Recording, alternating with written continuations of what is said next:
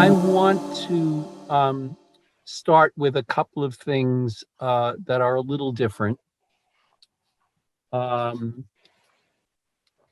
actually, I want to start with a short Frank OHara poem, since we'll talk about Frank OHara in a little while.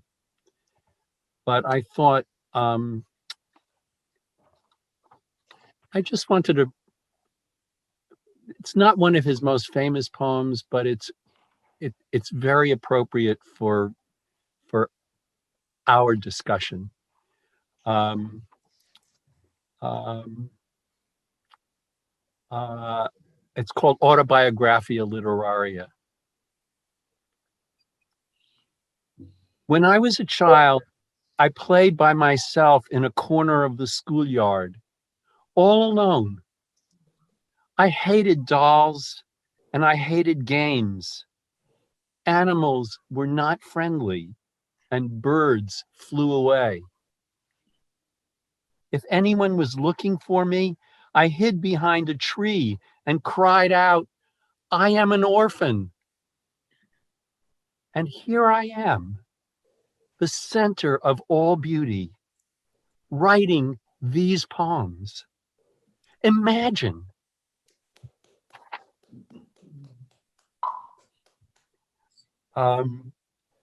That's sort of, it's behind all of our conversations. Hi.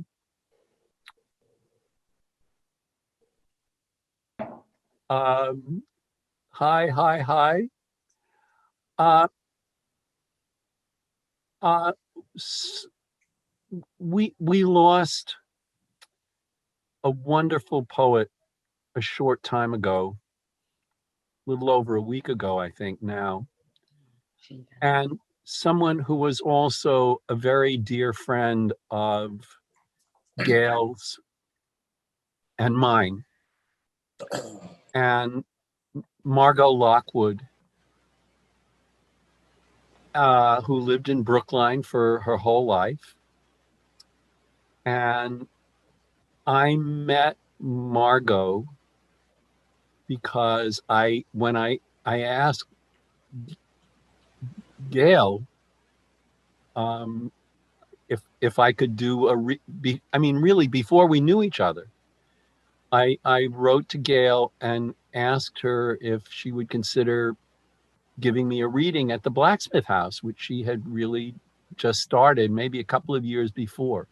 This was in 1975. And Gail gave me my first reading at the Blacksmith House, and I was reading with Margot Lockwood. So she and I shared. Did Margot ever read at the Blacksmith House before then? No. So it was both of our first readings at the Blacksmith House, and it was through Gail that we knew each other, and it was through that reading that I got to know Gail, and we've been friends since 1975. And I've asked Gail to read one of her favorite and one of my favorite poems by Margot in Margot's memory. So Gail, would you read Margot's poem? Sure. Could I make a couple of comments? Of course. 9 or 10? No, I promise not. 7 or 8. You reminded me that was how we met, but not only did Lloyd ask me for a reading and we didn't know each other, and I put him together with Margot, which turned out to be brilliant and seemed as if it was fated.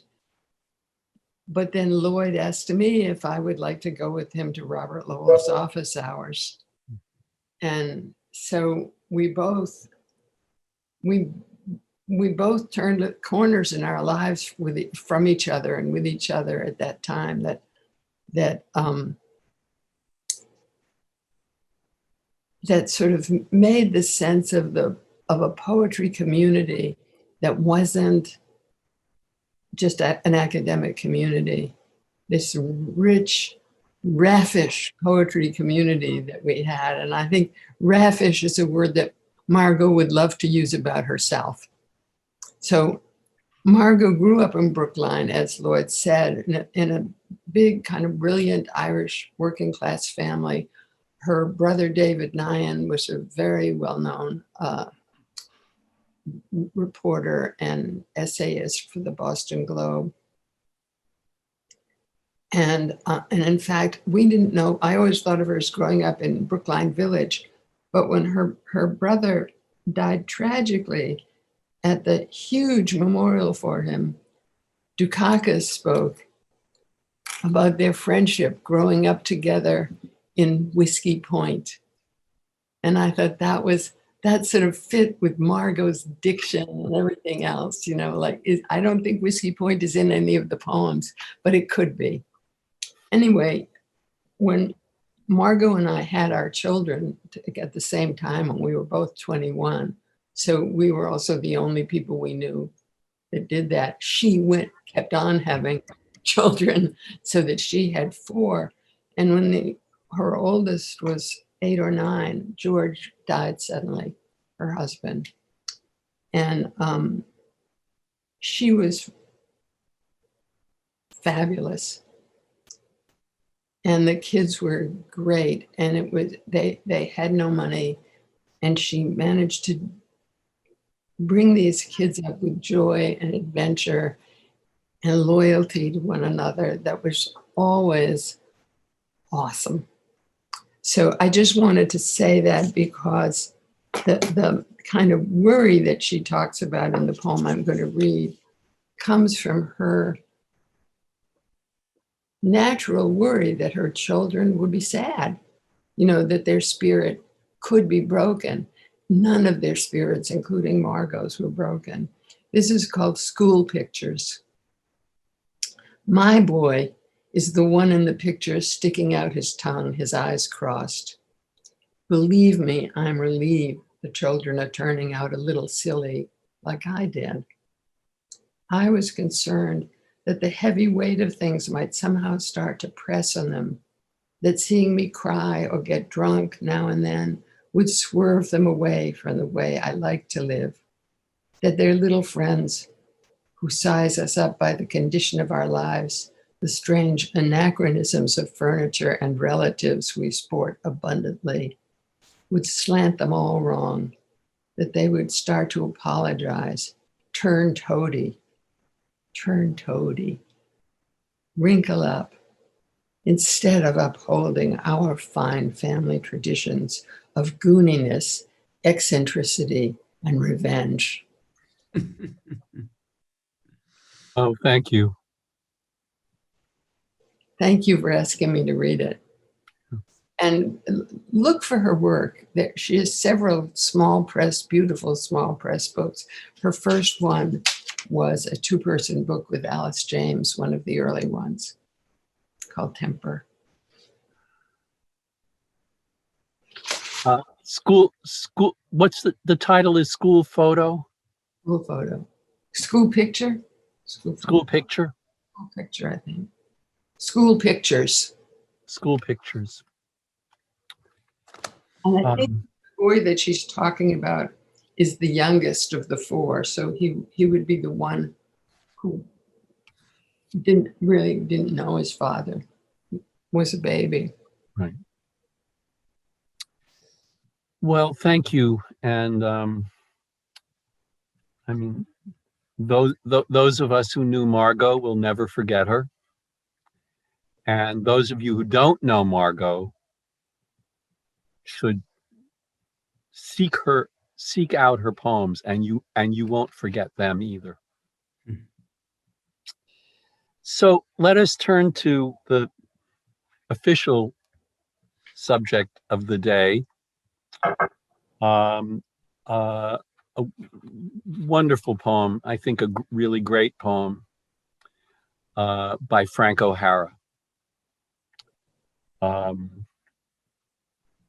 Another Massachusetts poet from the Worcester area, although we think of him as a New York poet.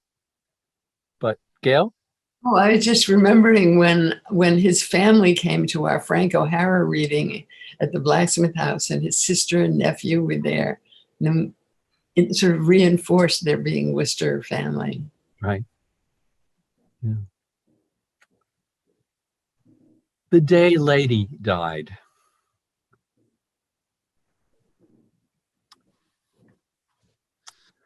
It is 12:20 in New York, a Friday, 3 days after Bastille Day.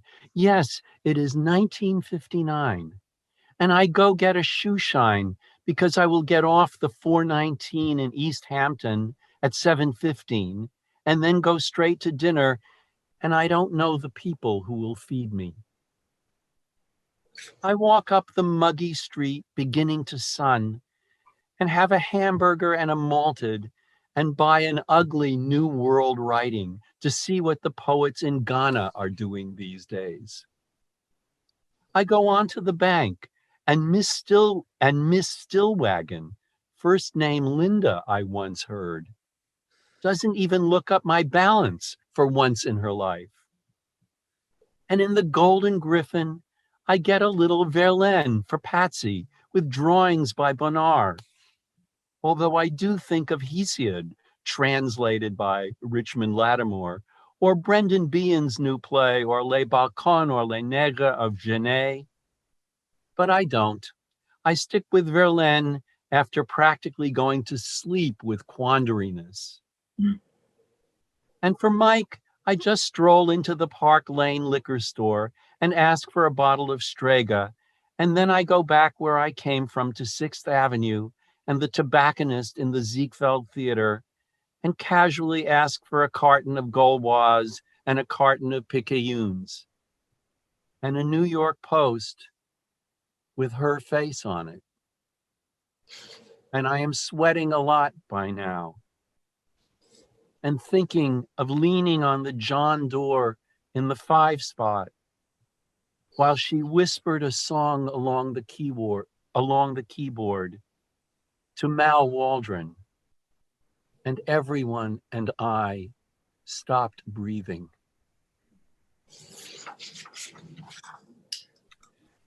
I think that maybe it was part of this wonderful book by Frank O'Hara. Can you read the name? It's looking backwards on my screen. Oh, look right.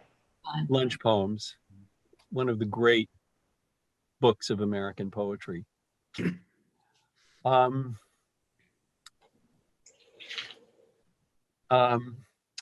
So who is Lady? Billie Holiday. Billie Holiday. And Lady Day. Lady Day.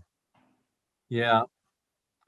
One of the great American singers. I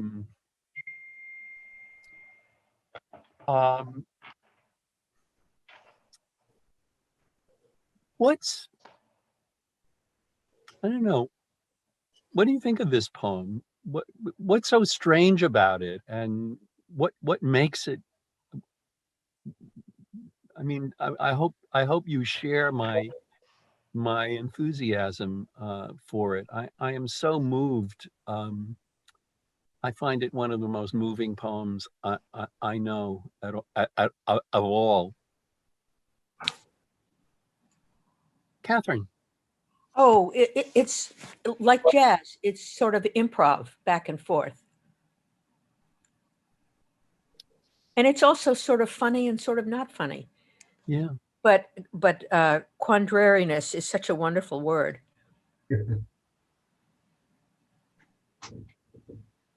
It's so ordinary. He's going through his day and it's so ordinary. And then suddenly the ending is just leaves you breathless the way he's breathless. You just, by that last line.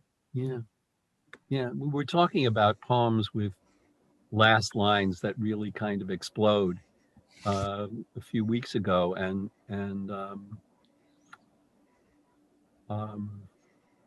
boy, this one does. A little something. I'm sorry. I was just going to say a little something about the last lines that have that heart catcher in them. like Bishop's "Write It" or Hopkins' "Ah, bright wings," that penultimate moment. You finally come to the end, but then there's this hiccup sob that for me is that everyone and I stop breathing. That kind of loop the feeling caught in the present into the ending of the story, just that sort of stop time. And so many poems try for that and fail. I have a question that is, did you know before he saw her picture on the post that she had died? Because I find the beginning to be unaware, and then the last stanza is simply when all of it catches up. Right. That's right.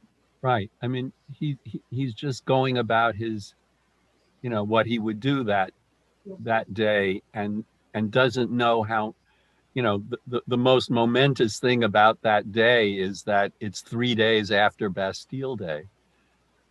But Yehudi, and it's really it's really because of a conversation I had with Yehudi that I chose this poem this week. And it wasn't the poem, it was our conversation, because I knew nothing about the poem. I'm struck and was struck above all by the ordinariness, the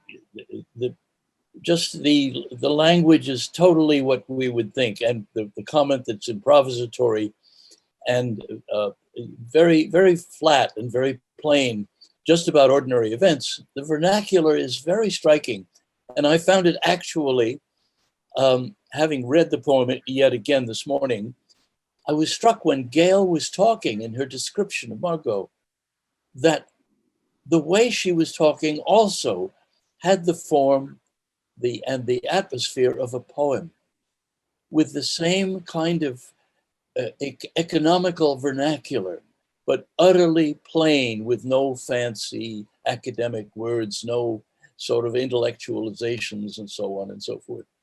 And it occurs to me that the poem from that point of view is really even more effective than being a poem.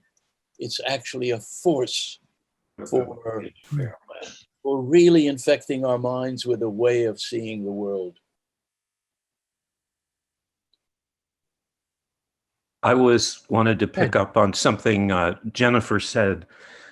I too found the construction of everyone and I to in fact be breathtaking. It shifts the way you're asked to read the line.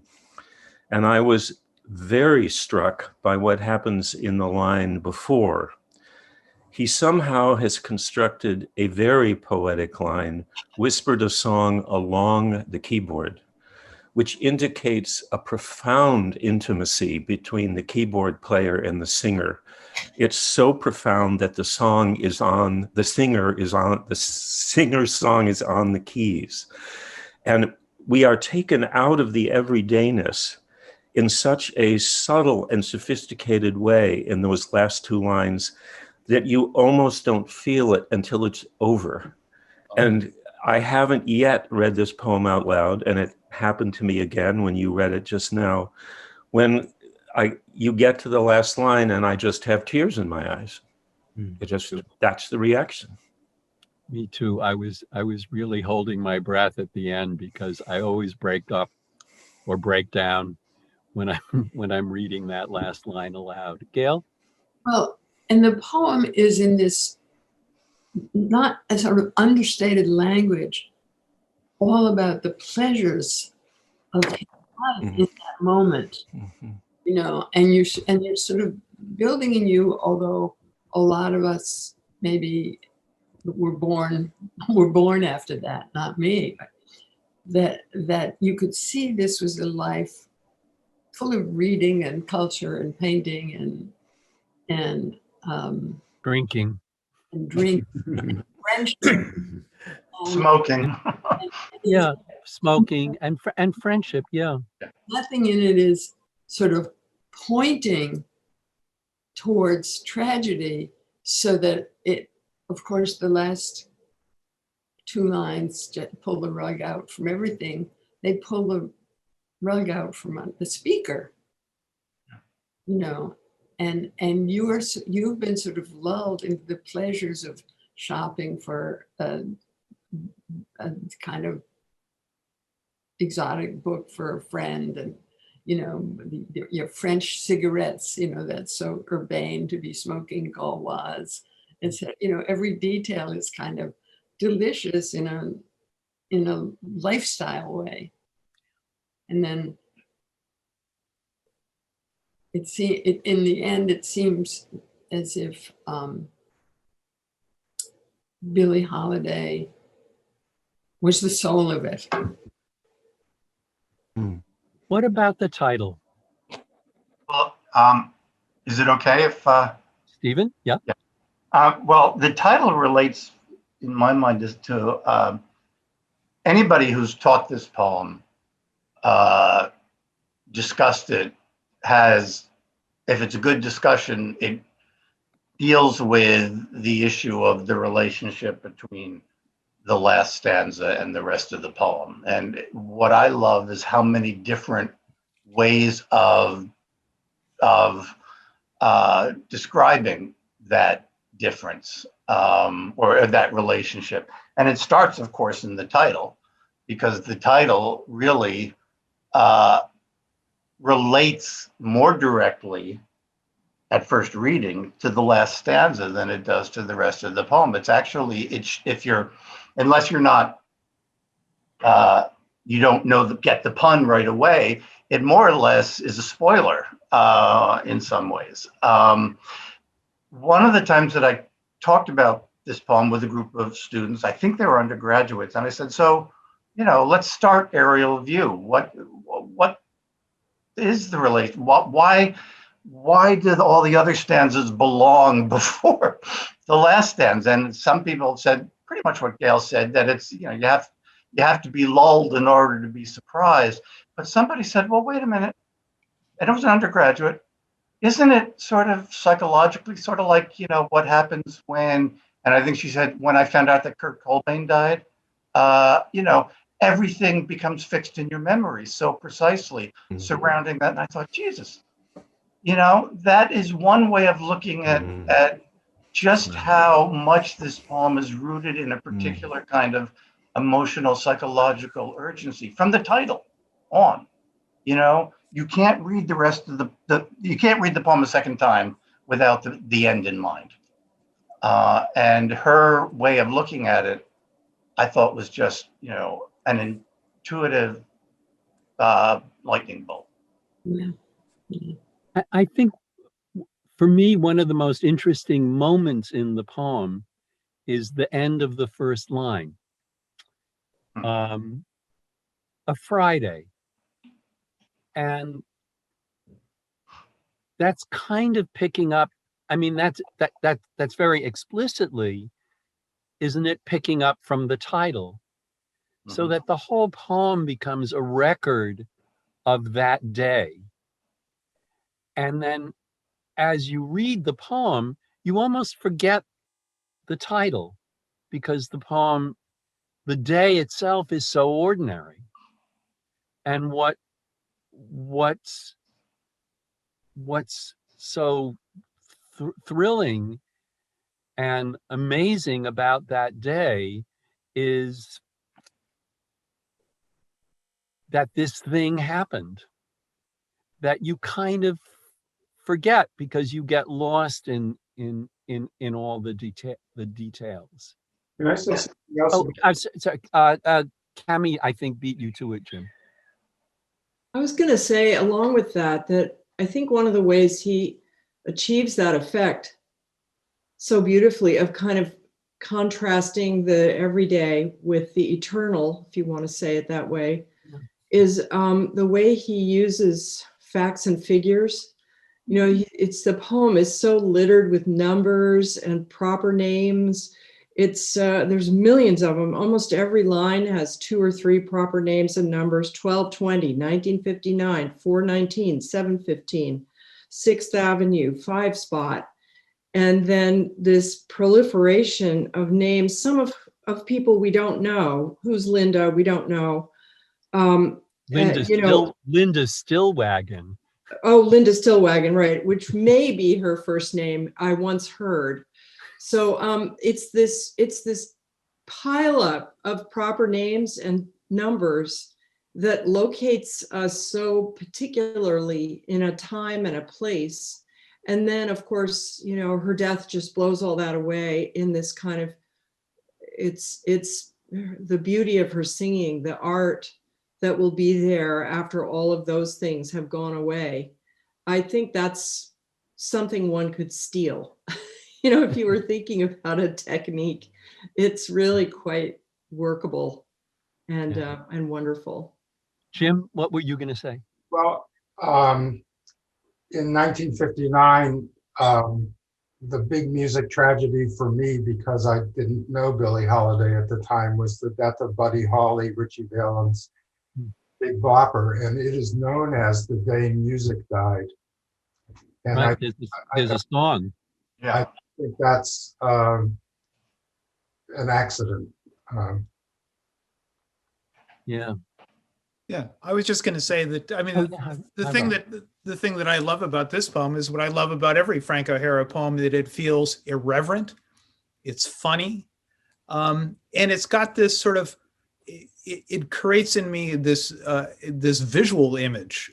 It feels like a Ouija photo, where it's a specific moment in time in New York that I can visualize completely. And that and it sets up this situation. We go from the banal to the sublime, and it works beautifully as a poem, because you can sort of imagine him sitting in that bookstore, you know, pining over, you know, books that he's not going to buy, and who, you know, none of us have been there. So it's got this great moments that are completely relatable and visually sustainable. And that's the thing that I love about almost every Frank O'Hara poem, that they're so visual in a way. Gail. It just made me think what he's done is say, what luscious life is this I lead?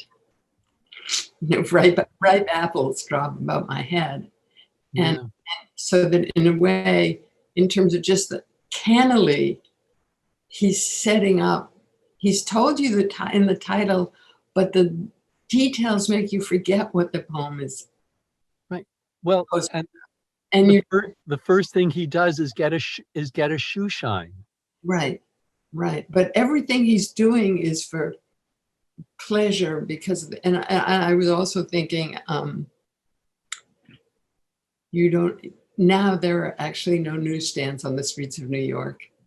You know, but there were so many things about this life at that time in Manhattan that were luscious in their gritty way. And hamburgers and malteds. Yeah. Yehudi, what were you going to say? I was going to say the early part of the poem has all these details, and my first reaction was, who cares? What is that about? Who cares whether it's Bastille Day, or who cares whether it's Friday? Or what time it is, or whether the sun is, you know, and so on and so forth. And the contrast between things that are so banal, that are irrelevant in a sense, or incomprehensible, and just almost random mentions with pointedness at the end. And I was also, when you were talking about Endgame and End Rhyme, I was thinking of Howl in Lear, about last words, last sentences that just devastate one. Yeah. Anyway, it was you and I talked about the situation in New York. There are things in this poem that I actually experienced. Tell us. Well, I lived 2 blocks away from the 5 Spot. And at night, my then wife and I used to go walking, and we would find ourselves taking a beer in the 5 Spot. Which was a very modest little, hardly a club. And one night that we were there, Thelonious Monk was playing, and I must say, not impressively. I guess he was pretty flown at the time. But the other thing was that my eminent friend, Milton Babbitt, the notable composer, was actually brought up in the South, I think in Mobile. And he was the one who told me, since I was a heavy smoker and didn't want to smoke all the cigarettes that were lined and enveloped with chemicals, that I should go and buy some picayunes, which I did. And in addition to that, there was another brand that was similar and even better called Home Run. And so I gave up my Gauloise and my Rote Händel cigarettes and bought those. And they were indeed across the street from Bloomingdale's on 6th Avenue at a shop. No, actually, it was across the street it was actually Madison or Lexington Avenue, but I know that area of town pretty well. Yeah. So Third Avenue. Oh, nothing. Go. No, just wanted to say Third Avenue. Third Avenue. Thank you. I think you're right. Thank you. Yeah. This is Sharon, and some of the things have already been noted, which is the specificity of the times and the dates, and for me, in the larger piece, it goes so from time specific to timeless at the end.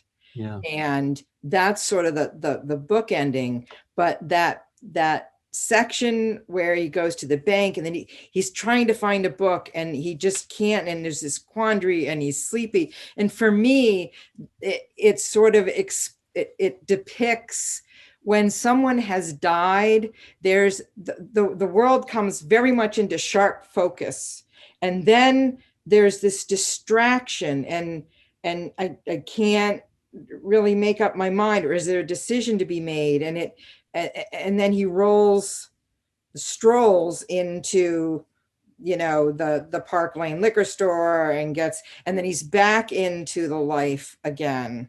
And then he ends up at that place of timelessness. And I just love that moment where he can't decide on the books. And there's this sense of distraction, which just I experience when there's the shock of a death and you're in your regular life, but there's this otherness to that feeling.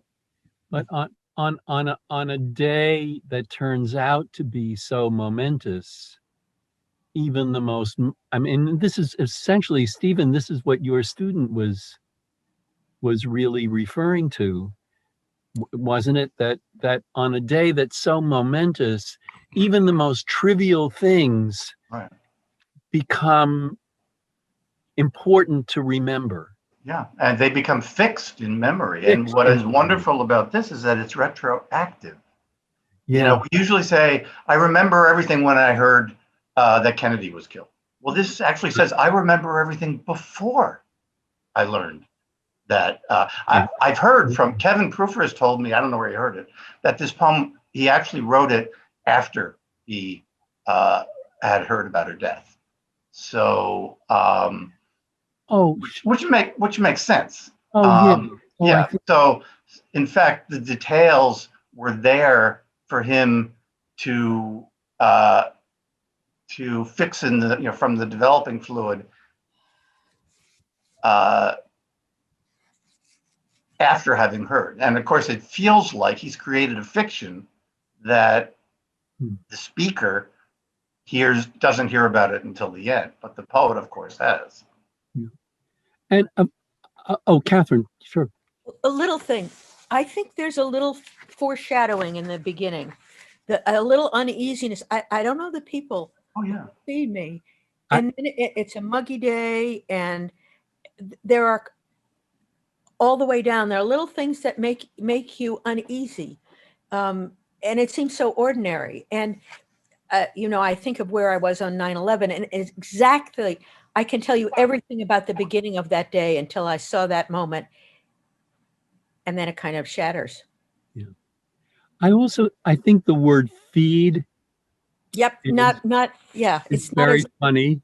Yeah. And charming, and he's going to some dinner party where he's going to know some of the people there, but not the people who are giving the party.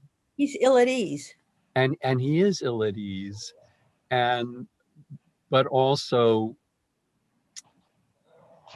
it's sort of what his life is like.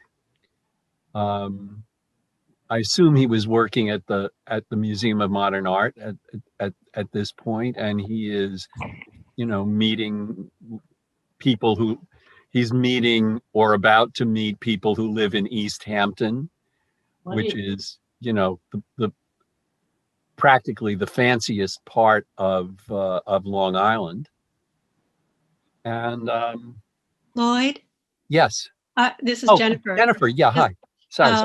On that about to meet, Right. you say, to me, I sort of feel that the presentness in the poem of noticing all these details, how much of it is looking forward a short way, how much of it is being in the habit of the pleasure of being about to do something, about to choose a book that you will read, about to buy the cigarettes that you will smoke, bringing something to go see your friends that you will eat with, and who knows who they are, who will feed you. And I think that's the texture of the luscious, marvelous texture of the present moment that he's enjoying, which is you're always about to go somewhere because you count on these things. They're both of the moment and habitual, and it's being friendly with everyone, with the poets in Ghana and the cigarettes from somewhere else in the world.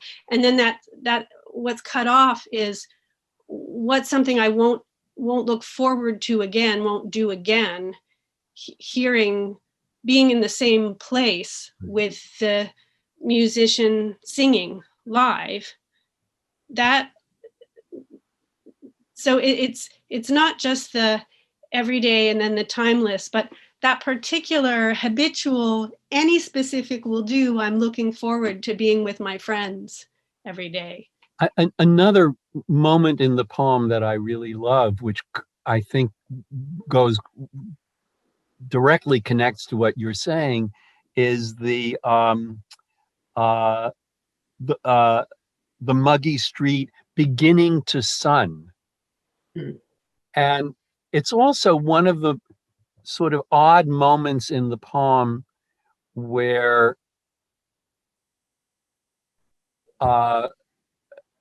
the language, it's a poet writing.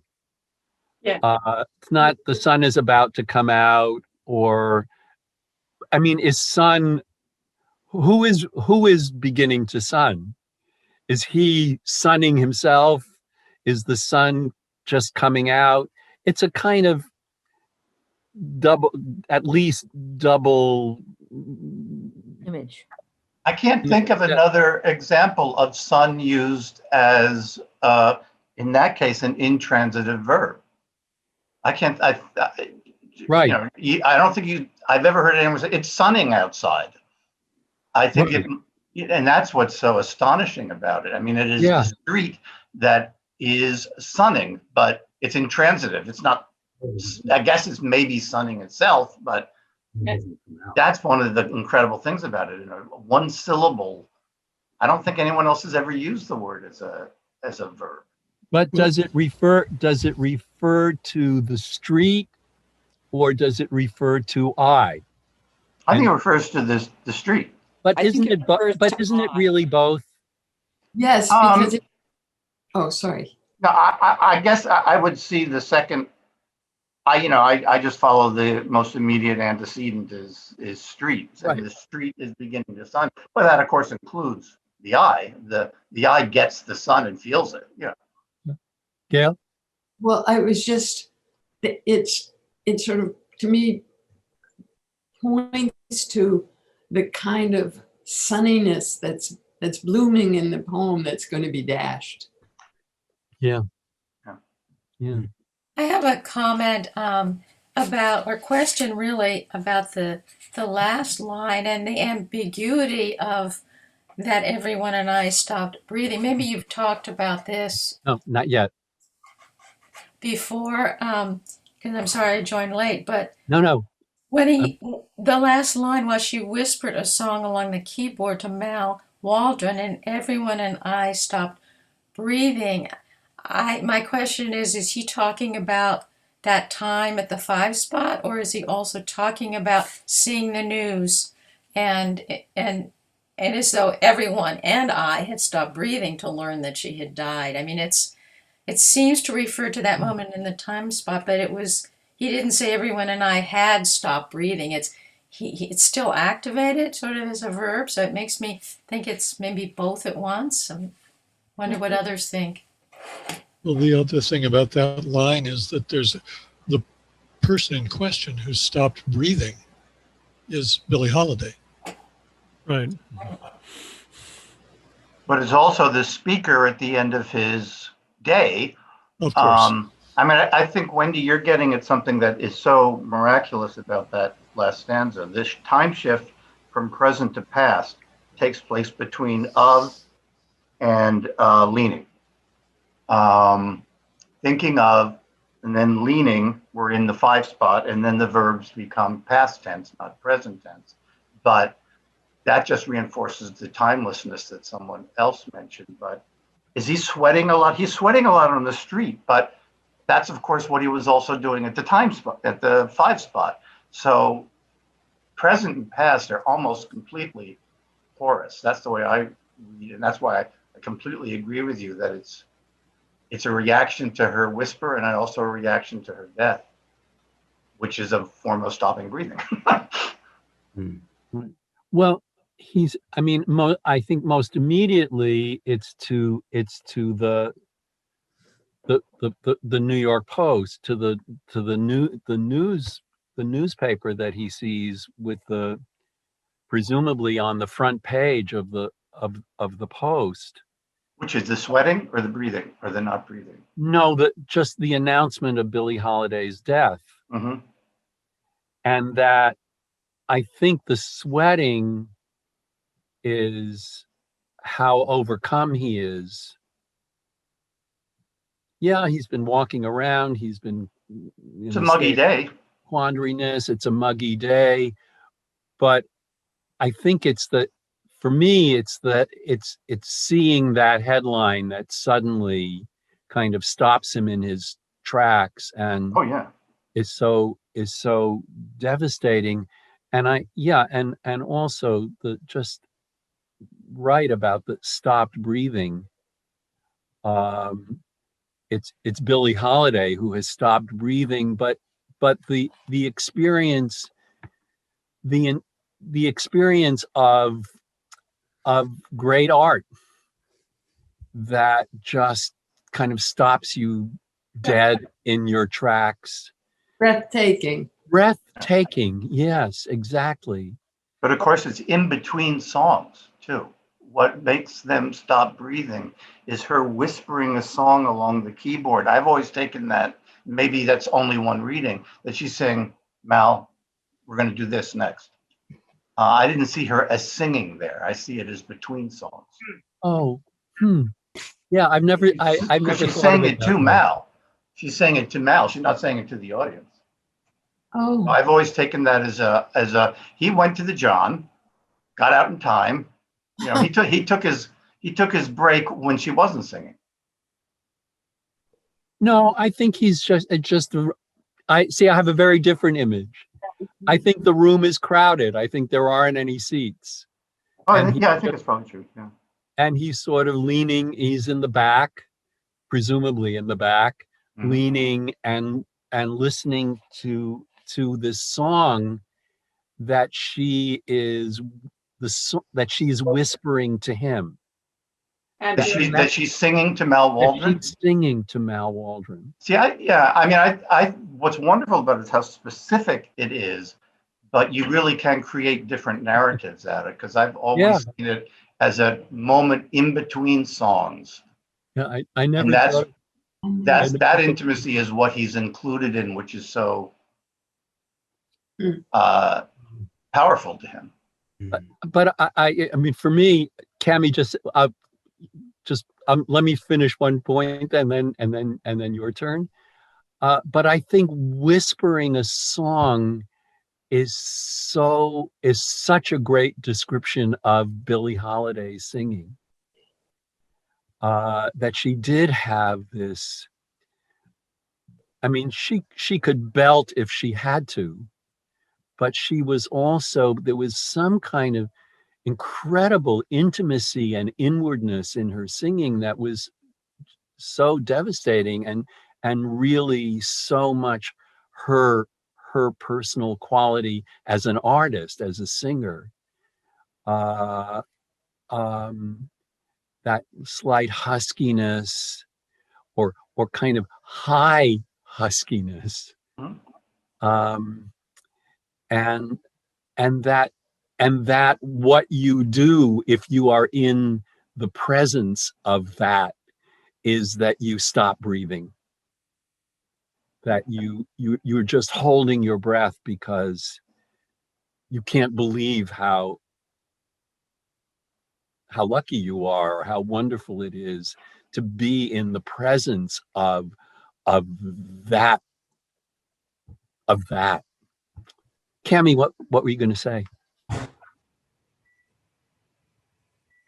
Sorry, I probably did, a bad thing in Googling this song. And what they said, who knows I don't know if it's true or not, is that she actually was very, she was having trouble with her voice at this period. And so it was coming out more as a whisper. It still, I think, completely works in terms of what you're saying. But there was apparently actually, she was having a little difficulty. So she was almost whisper singing at that point. Yeah. Well, you hear her very late recordings just before she died. And you hear that, you especially hear that quality. It's not, I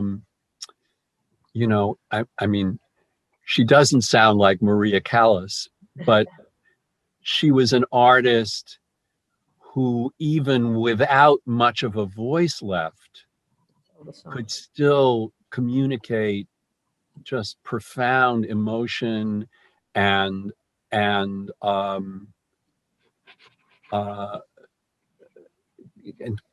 meanings, the meanings of the words, that there was something so, I mean, I think her last recordings are really wrenching, and I wouldn't give them up for anything. I mean, she was certainly criticized, of course.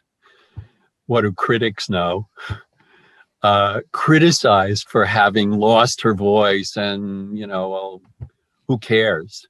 But God, those certainly those last recordings, when she no longer had a beautiful singing voice, were still devastating, marvelous. And an audience would stop breathing so it could hear, because the sound was so right. Hold. Lloyd? Stephen. Oh, I'm sorry. All right, Stephen.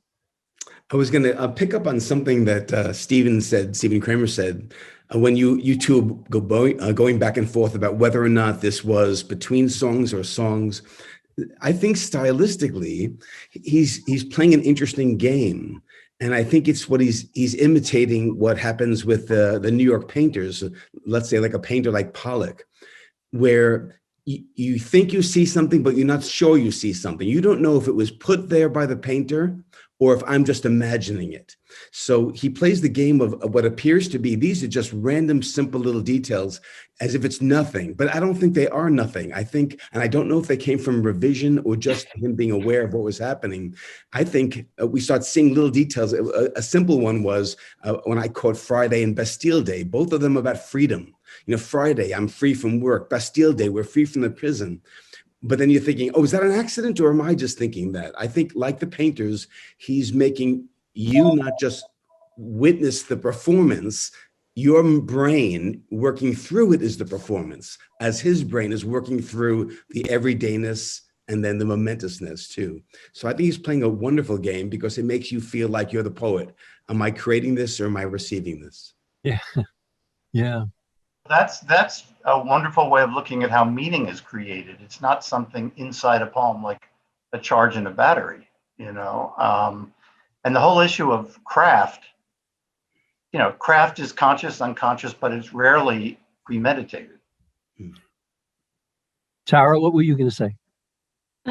A few things, and I apologize if I say anything that was said before. I just love how bold this title is, and then I love how in all the little seemingly simple gestures of the day, you kind of forget about what's coming, which was what we started with, and I like also two things. He's doing these things in the simple present, but then he goes back twice with the drawings. He sticks with the one choice, and then he goes back from where he came from, and then ultimately with the memory. And I love that this slide into the last stanza from the simple present to the present continuous, which is like the thing that writing teachers always tell us, like, to get rid of the ings. But it's just so beautiful how it puts you right there. I am sweating and thinking and leaning. Yeah. Something else just occurs to me, and which I'm not sure anyone has actually said, but with all of these specific times and places and dates and names, her name is never mentioned. And I think it's one of the most moving things about the poem. That, I mean, her nickname is mentioned in the title, and then nowhere else in the poem. And all of these, Linda Stillwagon and Brendan Behan and Mike and the Park Lane and even the, name, even Richmond Lattimore. Right. But Billie Holiday is never mentioned by name in the entire poem, and I think it must mean something. It means something that I don't even have to mention her name, or I can't, or can't. Yeah, it's too painful. And my question is how for a reader who does not know of Billie Holiday, how, as those who have taught this, I guess maybe is the question, is how does it read as a poem without knowing this is about the death of Billie Holiday? I want to ask Teresa what she would do if she were talking about this poem with the Somerville High School kids. Interesting question. I think the referential nature of it would make it really hard for teenagers. There would have to be like a lot of contextualizing, but I think they could. I was thinking about that. Like, I wonder if you can get something out of this poem without fully understanding the time and the place and the Billie Holiday.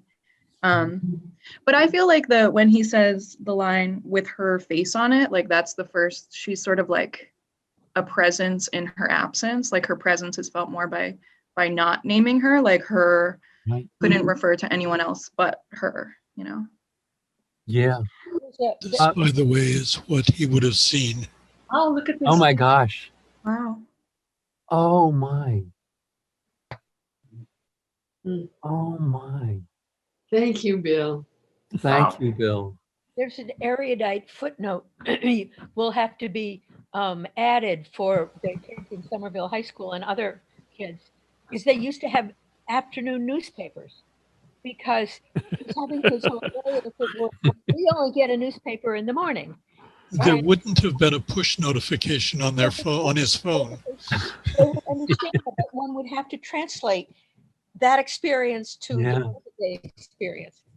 I think the poem is full of details like that certainly weren't on O'Hara's mind, but it was part of the New York school aesthetic in a way, to say, I went out and I saw this and I saw that, and But I love Denise's suggestion that, I mean, you have to, if you're dealing with someone, or you're dealing with kids who have never heard, let alone heard of Billie Holiday, you have to play them something of hers. I think also this is a good example of what poetry teachers teach is, a good poem is about writing off the subject.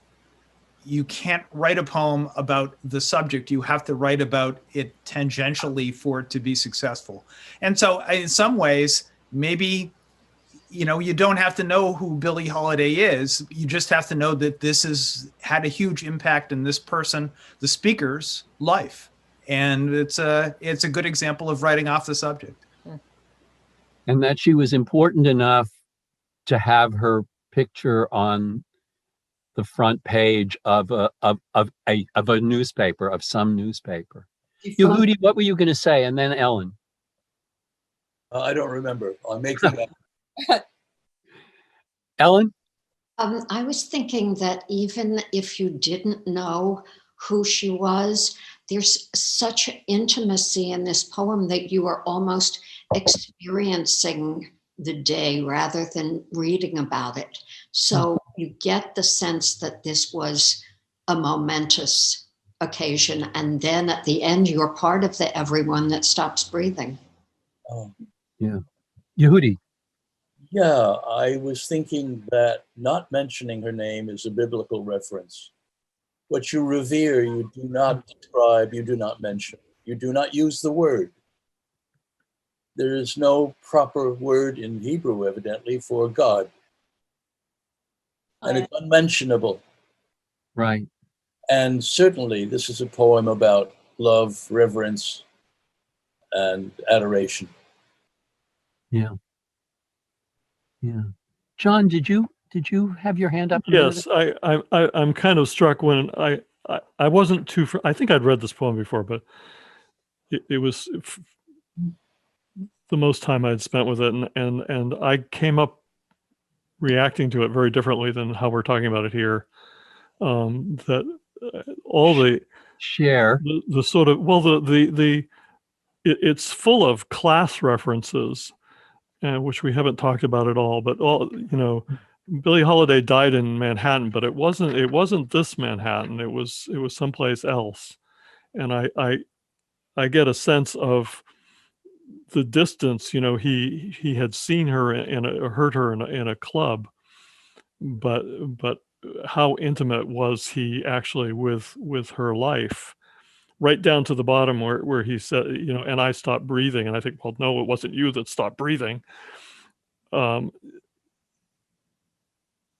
I don't know do you think that was something he was conscious of? I mean, he's talking about Italian liqueurs and French cigarettes and having dinner in the Hamptons, and this wasn't the life that she knew by any stretch. And I'm not sure if that's something that he was bringing to this consciously, or if it's just a residue of.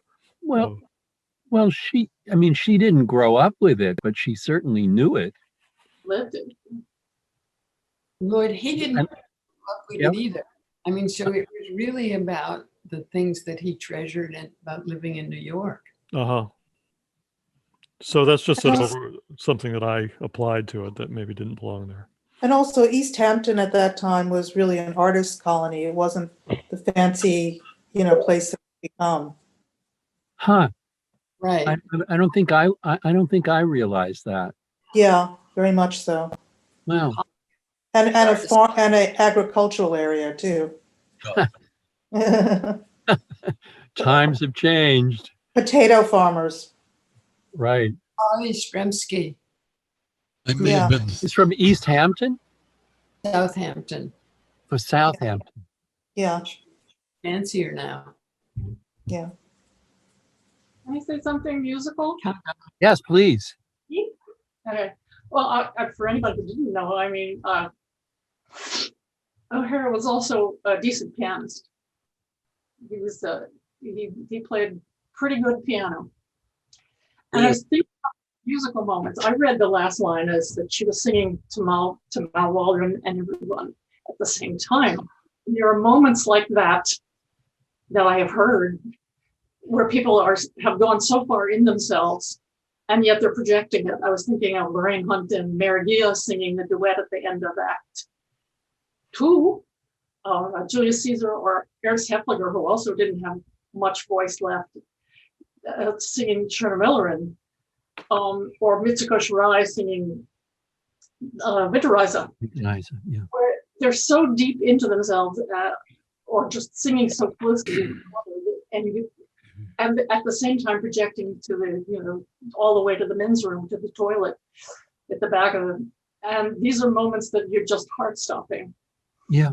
And he understood that. So I read it as Mal Waldron and everyone at the same time. So intimate, so public. Yeah. I've heard you do that. Have you? Yes, more than once.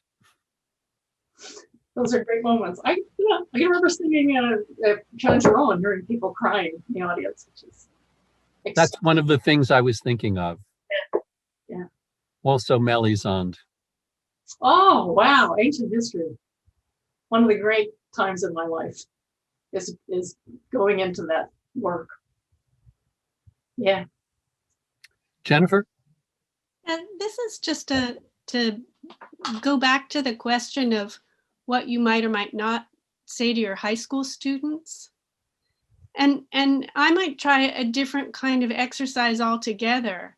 Ask them if it was a Friday and they were getting ready for the weekend, where would they go and what would they get and what would they be looking forward to, and to throw as many brand names and addresses and proper nouns into it. And then say, in 10 years, who's going to remember those proper nouns or those performers, just to get them to feel the contrast between that cross-section of life with all its specificity, which could be anything, right? What are you and your pals looking forward to, and how many things would you throw into the time capsule? And now just imagine somebody opening it 1 year later or 5 years later or 10 years later, and that then they could go back into the poem and think about which of these things do you have to know or not. I mean, they're all interesting. You could think about the poets of Ghana and wonder about that anthology, and it would be fun to do some of that, but you wouldn't have to do all of that. And the same might or might not be true even of Billie Holiday, although obviously that would be the most important one. So I just want to throw that out there too. I was thinking, because I used to have my students, when they were writing sonnets, write sonnets in the first person plural. And before they could write the sonnet, I said, I want you to just make a long list.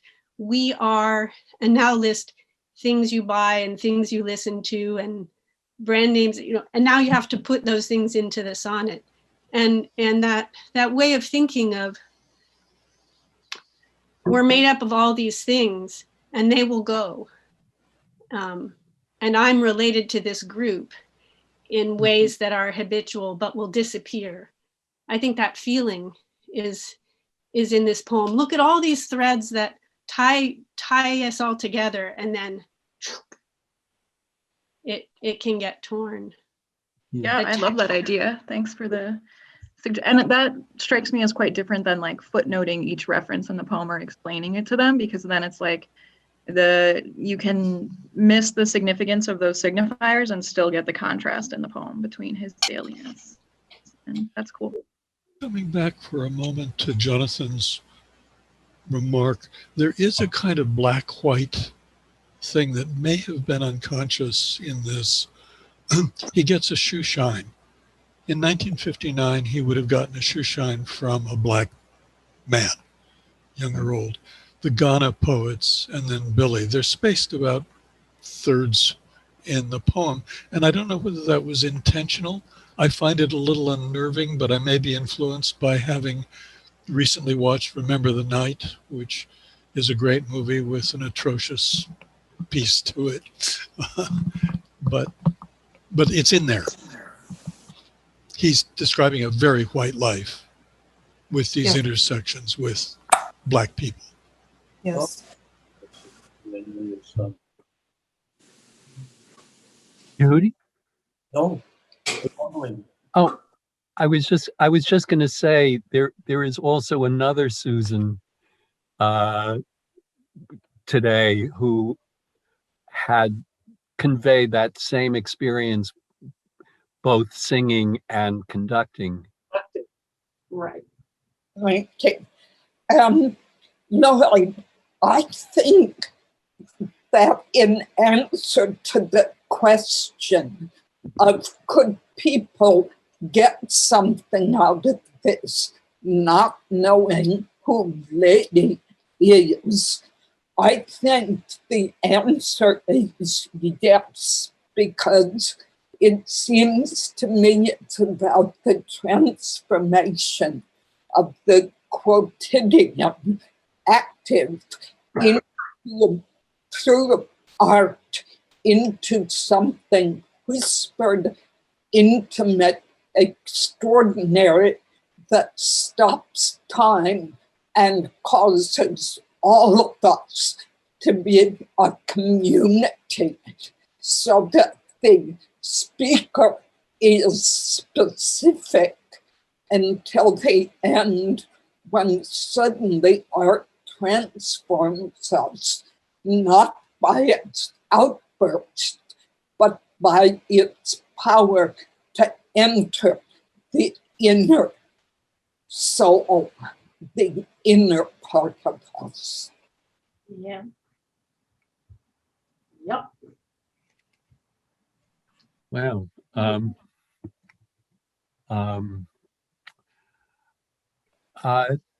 That's, oh, Mary. Yeah.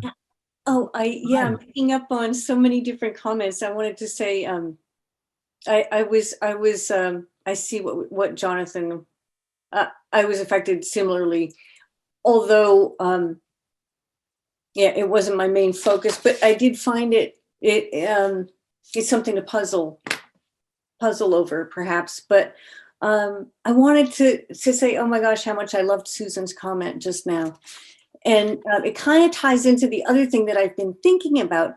There's this moment really early in the poem, the first moment that really stands out to me, or stood out to me as I read it, is yes, it is 1959.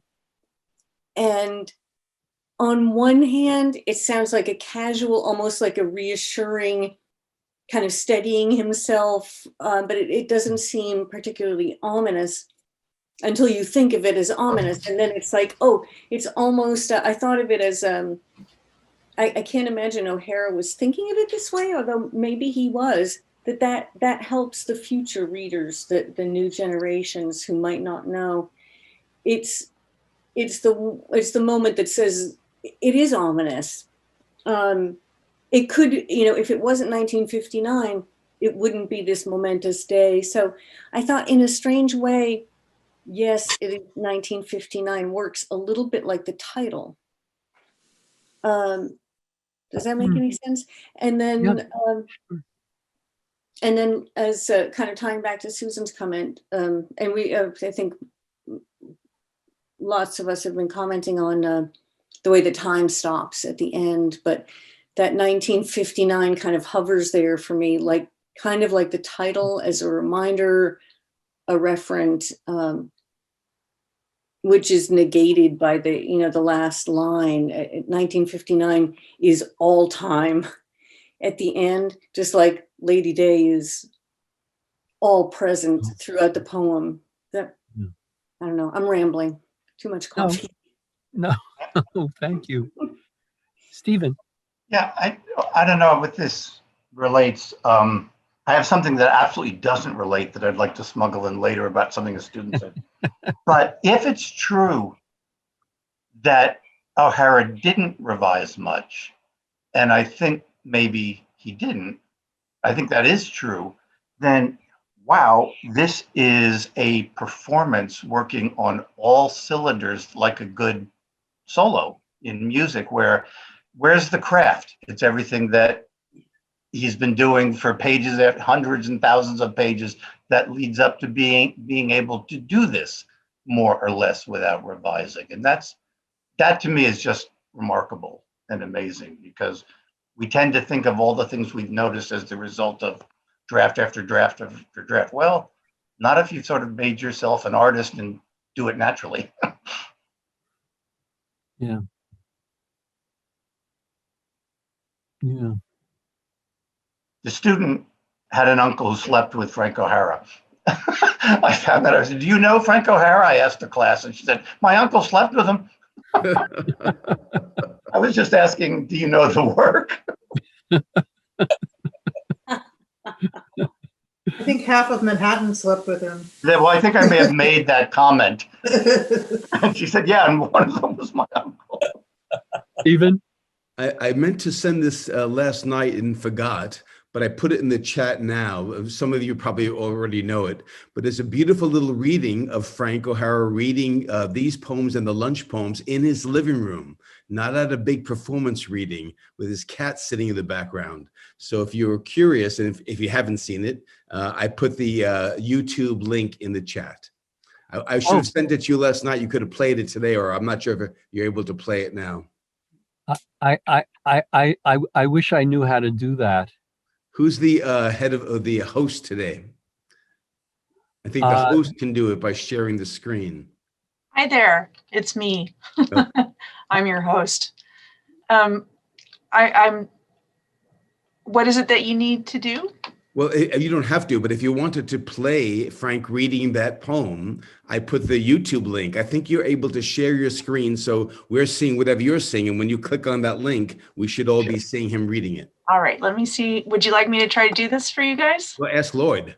Oh, Lloyd? yeah, sure. Let me see if I can do this successfully. Did you mention casually? And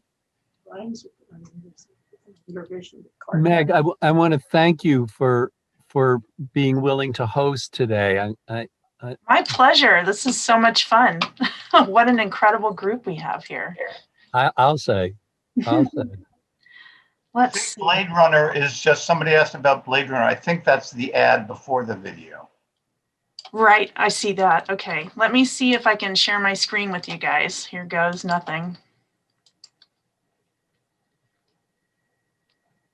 Oh boy. 1 second. Well, if we can't, at least we have that. Well, if you just go to YouTube and say Frank O'Hara lunch poems, it'll come up anyhow too. Oh, okay, great. I'm copying. Oh. Do you see it? This is the wrong one. I'm sorry. Maybe I put the wrong link in. I apologize. Okay. Somebody had sent me this to look at too. I'm sorry, it's the wrong one. But like I said, just go to. I thought it was just the ad. If you go to YouTube and Frank O'Hara, it pops up. I had a link where it took you right to that poem, and then I guess I pasted the wrong one in. Sorry. This is the new movie theater of 2021. There's a lot of Frank O'Hara poems on YouTube. If I type him in, I see quite a number of them. Well, there should be one that if you type in that comma, the day lady died, and it'll come right up. Okay. Oh. Okay. Well, I think I've got it. Oh, wow. Okay. One sec. All right. All right, let's see if this works now. I'm a little bit of a neophyte here at the. Better than most, I would say. Yes, here he that's is. it. Yep. Here, shall I start it at the beginning? Yeah, please, and turn up the sound. Yeah, I probably need to turn the sound up.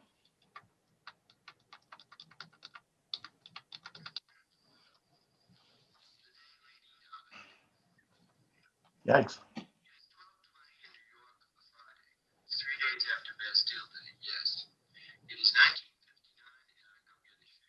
Yeah, you have to hit your sound.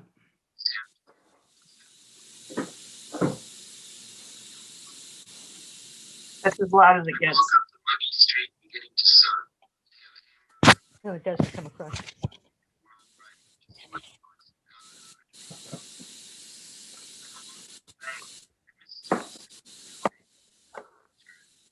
Well, we know how to find it. Well, I think we know how to find it now. Yeah, it's just really hard to hear. Okay, I'll stop the share. But yeah, but thank you. Thank you. And it's nice to get a look at him. Yeah, love his nose. Yeah. Yeah. So Lloyd, I have Yeah. a thing. Susie thinks I'm being silly, but why casually? To me, if you say that you casually ask for something, it's because you're uncomfortable about it.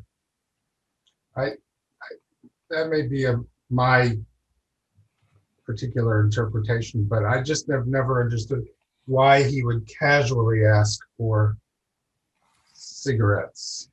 It's not something that I would casually ask for. Well, if you notice in that sentence, in those lines, he casually asks for 3 things, one of which is the New York Post with her picture. So I think the casual is working with that particular image. I'll buy that. Yeah. Okay. That I'll take.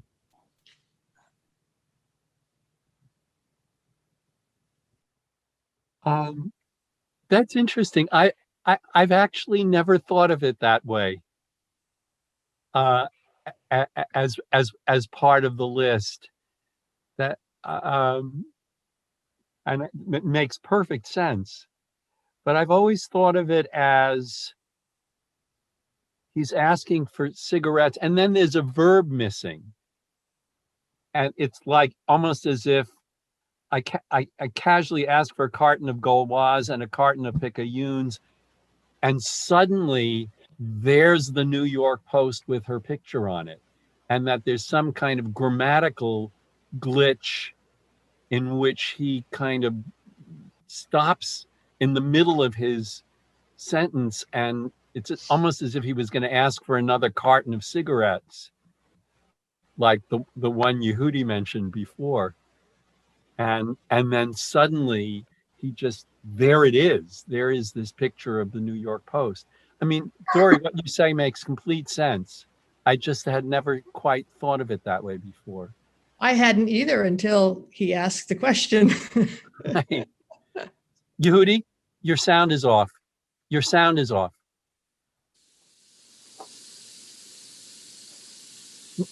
No, still off. How about Can you now? unmute? There it goes. Okay, I was just thinking, to walk into a shop and just buy a newspaper is something one is sometimes rather hesitant about. Doesn't seem like enough of a purchase. So you pretend that you casually also want a carton of picayunes and Gauloise, and also pick up the newspaper or the porno magazine or whatever. Well, also, isn't a carton a lot? Isn't a carton a lot of packs of cigarettes? Yeah. So it's like walking into the liquor store and saying, I'll have 24 bottles of wine. And so like casually asking for a carton of this and a carton of that, that's actually a lot of cigarettes. Well, that's the way we used to buy them. Oh, really? I wouldn't have, when I was deeply devoted to the habit, I would buy them by the carton for sure. Yeah, I had no a idea. day's worth. A day's worth. Right. But I also, Yehudi, go ahead. Casually is a New York construction. If you read Nice Baby, the key word among the tenements of the Bronx is gradually. And casually is a similar word to that. You just throw it in to show that you are really a dyed-in-the-wool New Yorker or whatever. I've always taken that a little differently. I mean, even though it's a New York, tobacco shop, that he's not asking for Chesterfields or Lucky Strikes, that he's asking for a couple of things that are really sort of out of the ordinary, but that he does this, well, of course I smoke these all the time. So he's putting on this air of casualness and asking for gauloises and picayunes. Well, it goes with all the French stuff in the poem. Oh yeah, Yeah. Genet, Bastille, yeah. Berlin. Oh, it's filled with and I know was it Marjorie Perloff, I think, makes too much of that in talking about Billie Holiday's exoticism and how well she had her fame in Europe. And I'm thinking, yeah, but why does that make the poem less interesting? Right. I would agree with you, but I'm not a fan of Marjorie Perloff. Well, at the time, I think she was trying, her project was for us to take O'Hara seriously, because I don't think he was as taken as seriously when she wrote that book. But right. But it just feels like, she's trying to make him a new critical poet. And yeah, he's just a smart New Yorker who's, you know, again, it's the issue of deliberation. From Worcester. Right. One sort of off thought is it's interesting to think about this poem alongside of Auden's Musée des Beaux-Arts. Oh. You know, with that, again, a picture of people living ordinary life while somebody very important falls into the sea and dies. Right. Something momentous going on kind of in the background. While the horse scratches its butt. But yeah, right. Well, the whole life goes on quality to Tales is one of the ironies, because that's what he remembers them, at least in part, because of the shock of the death. And you know what? That you can get whether you know all the details or not. Mm-hmm. Right, exactly. That's what my student was able to do with. She just said, Kurt Cobain, I remember everything. Lloyd, I'm sorry, I'm talking too much, I know, but that comma is so important, Lloyd, that with picayunes, because it is grammatically part of ask. Ask for this, ask for that, but the comma allows you to stop for a second and expect another verb to come, and the picture with her face on it, blah. And I've been working with a student, he's going to do his graduating seminar in O'Hara, and we've been looking at his play with punctuation and non-punctuation, and how incredibly supple his use of each is, either when he punctuates or when he chooses not to. Imagine a period after breathing, how wrong that would be. Right.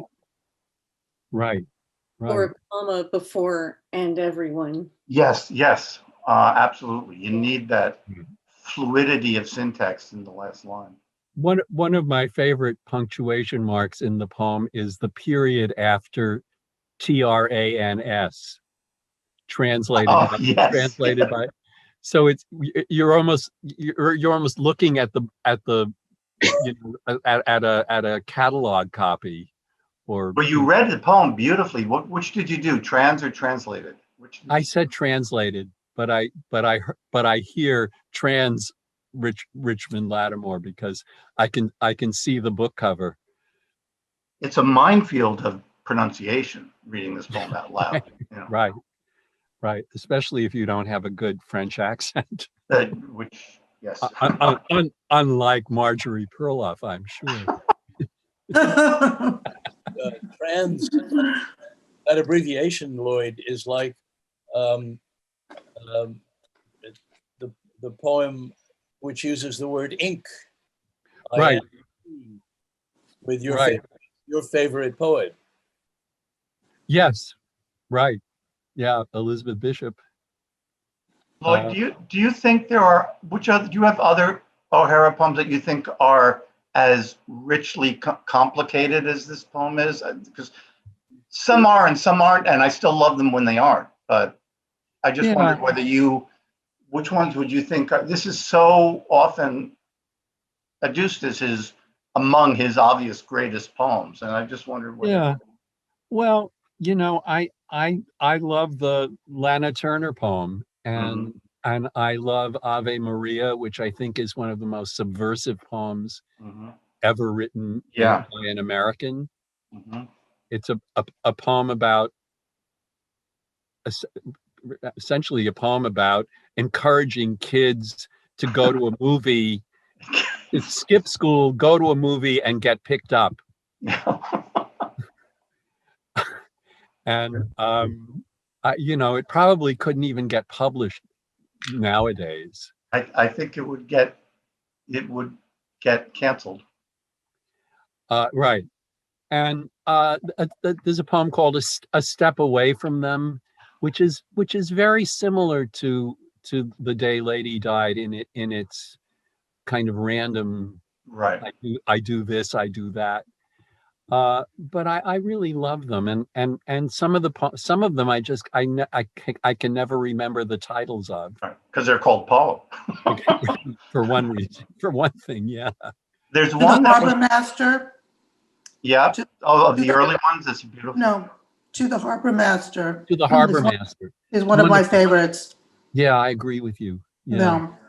There's a poem that only started getting printed later on after the Donald Allen select called Homosexuality, and which begins, so we are taking off our masks, are we? And it's in the collected, obviously, and it's astonishingly prescient, and also has an ending that has some of the punch of the end of the Billie Holiday poem. Yeah. There's the mixture of poignance and comedy and just sort of being there, being in a place, and sort of being part of a place. That's very, I think that's really unique. It's like improvisation in a way. Yeah. Well, it feels that way. It really, Yeah. it just feels as It if feels that way, right? pouring out, and someone really smart and really wide-eyed in every sense of the word, sort of really looking around and being there, being part of the scene, part of the experience, and really conveying what it was like to feel that, and then you feel it too. I really love him. He's really one of my most favorite poets. In a way, what you just described is very much like Bishop. Very much, I have been there. I have seen this. His influence is all over the place too. Sometimes for good and ill. But I was just reading some poetry magazine online. I thought this person couldn't have written like this without OHara. Yeah. Jennifer? I was going to say this. It's sort of fun to read it where this poem falls in the collected, to read some of the poems before and some after, and get a sense of what we're saying that characterizes all OHara poems, and what dimensions come into focus or come together in this one. So I would just encourage that. One of the poems nearby really amplifies the racial questions that, I'm sorry, I can't remember where in the squares who brought that up. And one amplifies the global questions. How much all over the globe are the references, not just French? And one zeroes in on music, and one is for a birthday rather than a death. But and they all have the same texture, but they weave and together. art also. Yeah. And so the occasions of the poem are similar but different, and you really feel how this one pops in that group. So it's fun to do. That's all. Jennifer, are you talking about when, in order of when they were written or when they were published? That's what I think. I think the collected, which, get out of a library, don't buy it. but it's fun to do, because you really do feel like I mean, I think there are two ways. I think there's the Bishop way of writing and the OHara way of writing. And if you're Bishop, you put it up on the board and it stays there 10 years and you adjust it. And if it's OHara, you just keep writing the next and the next and the next, and it's in the muscles so that when it finally really clicks, it's there. And, you know, but so it can get tiresome to do this, to read through the collected. But when you're zeroing in on one and you're thinking, what makes that one the one that sticks with me more? It's just a fun exercise. I appreciate that. Thank you. Does the collected, I haven't looked at it in a while, does it, the introduction or editor sort of talk about the principle of arrangement? Because I'm pretty sure it would be difficult to figure out exactly what the chronology of OHara. Oh, I don't know. You know, I just pulled it off the shelf to work on this for today. I think it's roughly chronological. But if you picked up a stack of pages in the corner and tried to it's not like putting together Dickinson's fascicles. You know. No. I think OHara actually frustrated his posthumous editors because they couldn't even find the poems. Then I wanted to make one association out of complete left field, if that's okay. We like left field. Well, you know, this is in the spirit of making the connection to the Auden Musée des Beaux-Arts. And this poem reminds me of a anonymous medieval ballad that I like, that has the refrain, timor mortis conturbat me, the fear of death troubles me. But it's basically one that starts, in what estate soever I be, timor mortis conturbat me. As I went on to merry morning, I heard a bird both weep and sing. This was the tenor of her talking, timor mortis conturbat me. And then the verses go on, and it has the same chorus. But basically it says, you can be walking along anywhere doing your happy thing, and you hear this singer who seems to be singing both happily and sadly. That seems so Billie Holiday to me, both happily and sadly. And what is it singing? It's singing, the fear of death disturbs me, and that can come out of anywhere. That's what a little bird told me. and that it's a very friendly poem in a way, because it says, it's not a tragic poem. And it says, where do we put this feeling? And the bird talks to him too in it. Anyway, this poem reminds me of that, because it's kind of like the reminder that death is troubling, could just come out of anywhere where you're walking on your happy day. But isn't that true of really all great poetry and great art? That there's that balance of beauty and the sense that everybody dies also.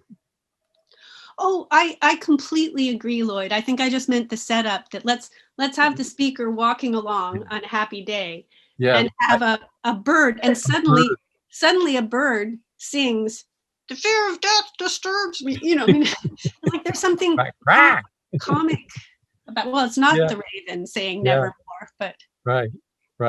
That